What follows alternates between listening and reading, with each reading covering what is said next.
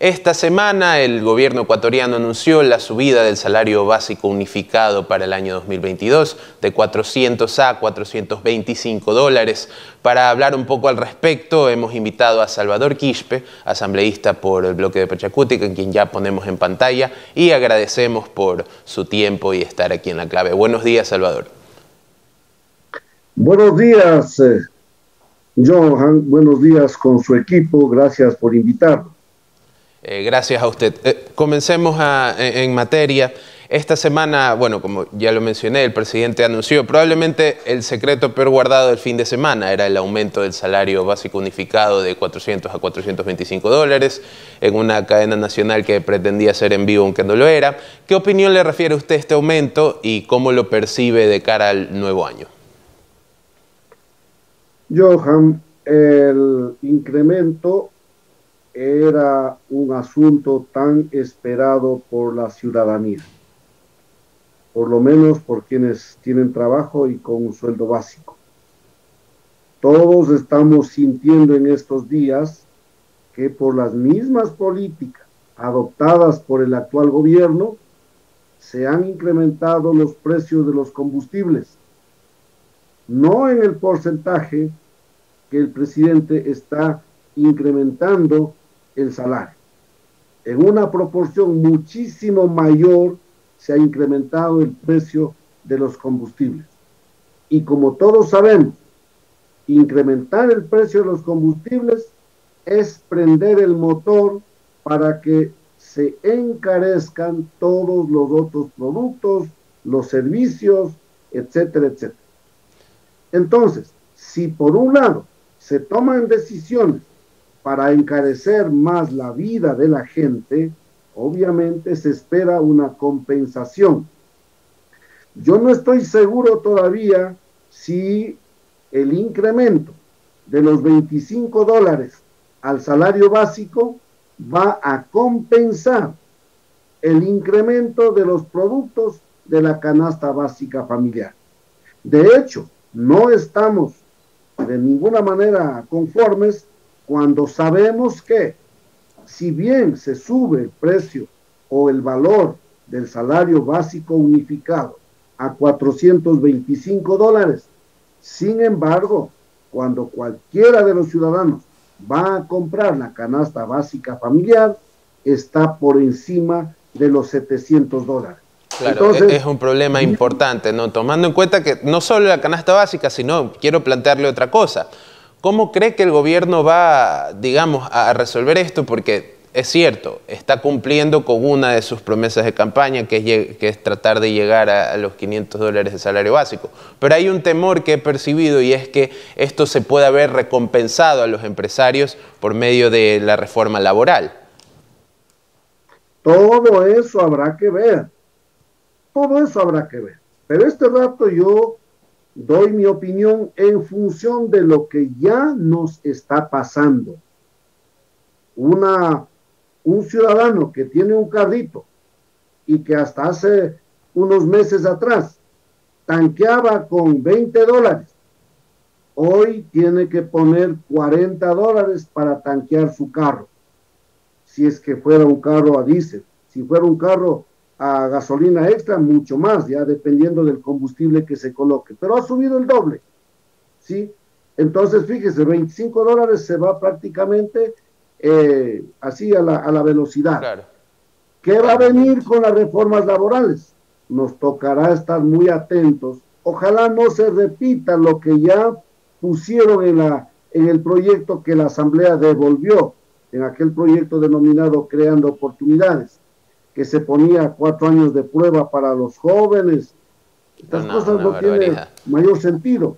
Cuando un ecuatoriano en general consigue un trabajo, el anhelo es que ojalá ese trabajito no se acabe, sea un trabajito estable, para que, amparado en el mismo trabajo, poder sacarme un crédito y empezar a tener mi propia casita. Pero si me dan la duda que tal vez me despidan después de 3 o acerca de cumplir 4 años, me vayan a despedir, la cooperativa, el banco no me da el crédito, pues porque sabe que no tengo estabilidad laboral. Claro. Y si no me dan el crédito, no puedo arrancar la gestión para tener mi propia casita. o comprarme un carro, lo que sea.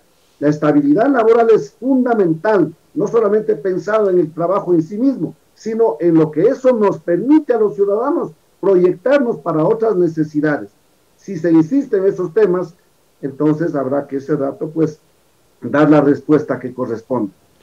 Bueno, seguramente no se va a insistir de la misma manera, ¿no? El presidente ha mencionado que incluso a él le ha parecido una barbaridad la cuestión de la indemnización al patrono, lo que me parece curioso dado que ellos propusieron la ley, que él lo diga.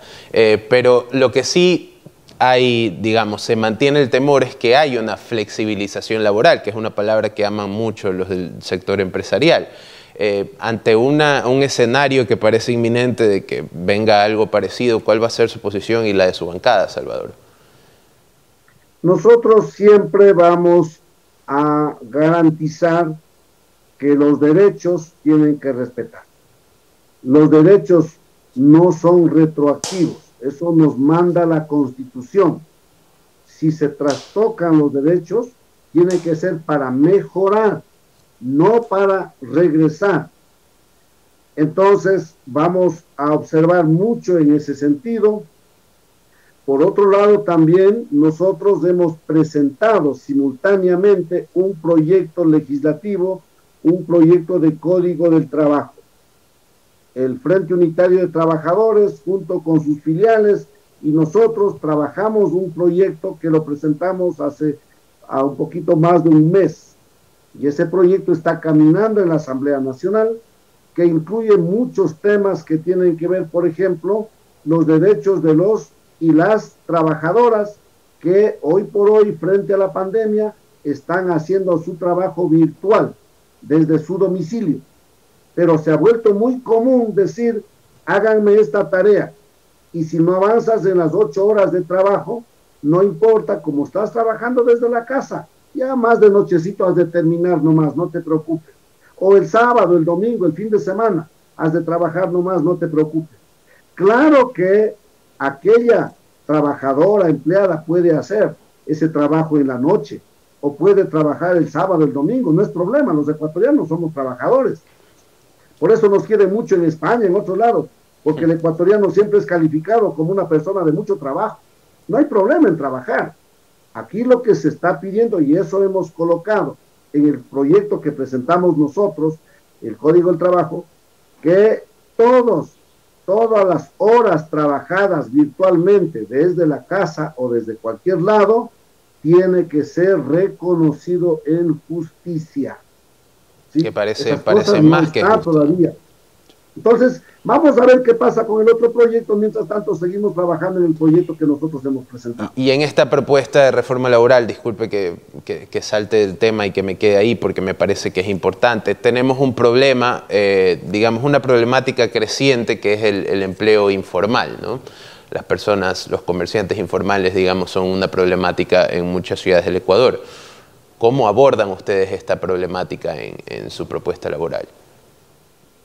Vea, esa es la realidad. No podemos hacernos de la vista gorda frente a esa realidad. Frente a la falta de empleo, la gente busca cómo sobrevivir. Y entonces salen a vender sus cosas, a vender las frutas. Por ahí vemos unos carritos a mano con las frutas, con los zapatos, con las gafas, etcétera, etcétera, etcétera. Tenemos que garantizar esos derechos. El proyecto nuestro va diciendo el reconocimiento al trabajo autónomo, es decir, a ese tipo de personas. Y también buscando cómo hacer para que se afilien al IES, etcétera. Hay que darle esos derechos. Y ahí nos tocará ir conjugando también con los municipios, con los señores alcaldes, que en cambio, por otro lado, ellos también luchan porque las calles estén despejaditas y todas estas cosas. Correcto, nadie está en contra de los asuntos urbanísticos, que son también la imagen para el turismo, etcétera, etcétera. Pero vamos complementando, porque tampoco por eso podemos dejar de lado los derechos de las personas. Siempre estamos escuchando, y nos parece bien, esa frase que dicen por ahí, primero el ser humano, luego cualquier otra cosa. Correcto, entonces hagamos eso. Y el proyecto Código del Trabajo que hemos presentado apunta en ese sentido. Primero, los derechos de los trabajadores de la gente. Salvador, ya que una última pregunta respecto a este tema antes de pasar a otro. Con esta propuesta del Código de Trabajo, quiero saber, evidentemente ustedes han hablado mucho con los trabajadores, con gente digamos, del food y demás, es decir, están muy enfocados en el trabajador. ¿En algún momento han tenido acercamientos con el sector empresarial? A ver, yo personalmente no he podido conversar todavía con el sector empresarial.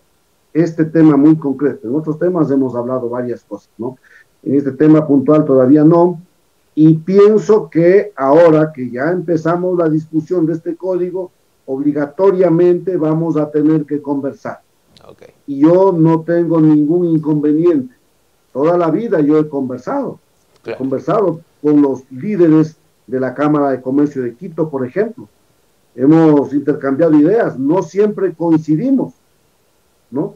Hay puntos en los que estamos de acuerdo. He hablado con muchos representantes de pequeños empresarios, por ejemplo, en la otra ley que tiene que ver con las tasas de interés, un proyecto de ley que presentamos el 23 de agosto y que está caminando, aunque lento, pero esta sería la reforma tributaria, ¿no? No, es una ley reformatoria a la ley orgánica de finanzas. ¿Sí? Esta ley ya está en la Comisión del Régimen Económico y estamos esperando el informe para conocer y aprobar ya en el Pleno de la Asamblea el primero y el segundo debate. Hemos hablado sobre ese tema con muchos empresarios y han visto muy bien el proyecto, porque ellos también muchas veces están pidiendo el dinero y pedir un dinero a un costo tan alto no ayuda para ser competitivos. Pedir el dinero a un costo más bajo ayuda para ser más competitivos, más productivos. En esas cosas hemos coincidido. No coincidimos en otros temas. Así es esto. No tengo yo personalmente ningún inconveniente en conversar con el sector empresarial. Ojalá podamos tener más puntos de coincidencia. Y en los temas laborales tenemos que conversar. Obviamente nosotros tenemos que cumplir nuestros anhelos y nuestros mandatos. Nosotros respondemos. Yo estoy en la Asamblea Nacional por un mandato y una decisión de nuestro pueblo trabajador, de nuestro pueblo campesino. Y tengo que poner de frente ese mandato. Y para eso tengo que conversar con muchos sectores. Sí, tengo que conversar. Y en eso estamos predispuestos ya. Ojalá después de que empecemos el nuevo año podamos arrancar con ese ambiente de seguir conversando a fin de que las leyes salgan en función de todo lo que necesitamos los ecuatorianos. Claro, en democracia aparte es sano siempre estar en diálogo. Salvador, para cerrar, su labor en la Asamblea, la verdad es que la he estado siguiendo, digamos, bastante de cerca.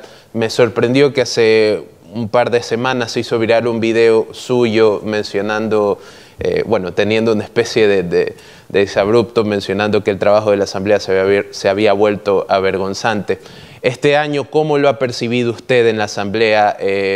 ¿Siente que han avanzado, que la Asamblea tiene mejor credibilidad que la gestión anterior, que están bien? ¿Cómo la ve? Yo veo que es mejor, pero no soy yo quien tiene que calificar. Es la ciudadanía, en términos generales, la que tiene que calificar. Yo en lo personal veo mucho mejor que la Asamblea anterior. La Asamblea anterior, la gente decía, la Comisión de Fiscalización y en general la Asamblea Nacional ha sido para archivar los procesos de fiscalización, por ejemplo. ¿Sí? Ahora ya no escucho eso. Y obviamente no hay razón para decir que ahí se archiva todo proceso de juicios políticos y de fiscalización, porque en la Asamblea se ha dado agilidad en responder. Yo mismo fui uno de los actores en el juicio político al exministro René Ortiz por haber firmado los decretos 1054 y otros que permitieron el incremento de los precios de los combustibles. Y hemos avanzado en ese sentido. En lo personal me voy satisfecho concluyendo este año. Hemos presentado varios proyectos de ley. Presentamos primerito la reforma a la LOES para garantizar el libre ingreso a la universidad para los jóvenes y proyectarnos al futuro, garantizando que toda la juventud se profesionalice. Seguidamente presentamos el proyecto de ley para bajar las tasas de interés, proyectándole al Ecuador a que con ese crédito más económico todos entremos a la dinámica de ayudar a crecer la producción, a generar el empleo. ¿Sí? Posteriormente, trabajamos con todas las organizaciones vinculadas. Me quedo sin tiempo, disculpe que lo interrumpa, quiero hacerle una pregunta antes de terminar. Ya hablamos de la Asamblea y de sus percepciones y qué bueno que sienta que haya, digamos, que se sienta satisfecho con el trabajo hecho este año. En lo particular, en el bloque de Pachacutic, se percibe que hay una división interna. ¿Esto es así? Usted, digamos, ¿cómo se están manejando internamente? Sí, evidentemente, no se puede tapar el sol con un dedo, John.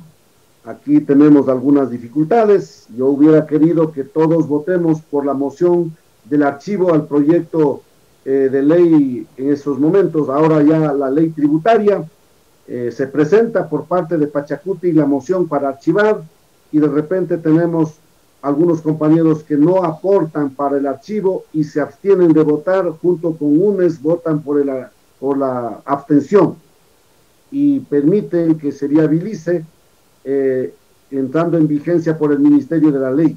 Entonces, claro, estas cosas preocupa, molesta.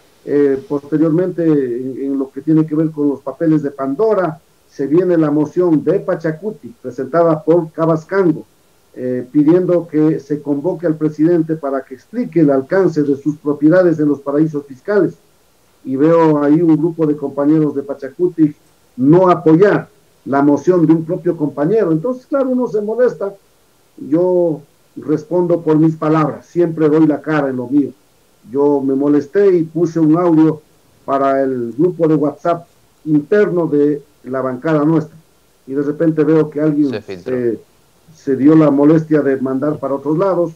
Bueno, yo no me arrepiento. Aquí necesitamos decir lo que pensamos. En las cosas que están bien, tenemos que felicitarnos, motivarnos y avanzar. En las cosas que estamos mal, tenemos la obligación de corregir y vamos a seguir aportando para eso. Muchas gracias, Salvador. La verdad agradecemos mucho por su tiempo. Esperamos que todo sea éxito en lo que se proponga con la Asamblea durante lo que queda del año y el año siguiente. Muchas gracias por estar acá. Gracias, Joan, gracias. Estamos en Navidad. Quiero aprovechar para dejarle un abrazo y sobre todo invocando que el Niño Jesús nos siga bendiciendo a todos y que el nuevo año, por encima de las dificultades, sea un año de trabajo y que alcancemos estos anhelos que nos estamos proponiendo. Muchas gracias, Joan, y un abrazo a sus amigos oyentes. Buenos días.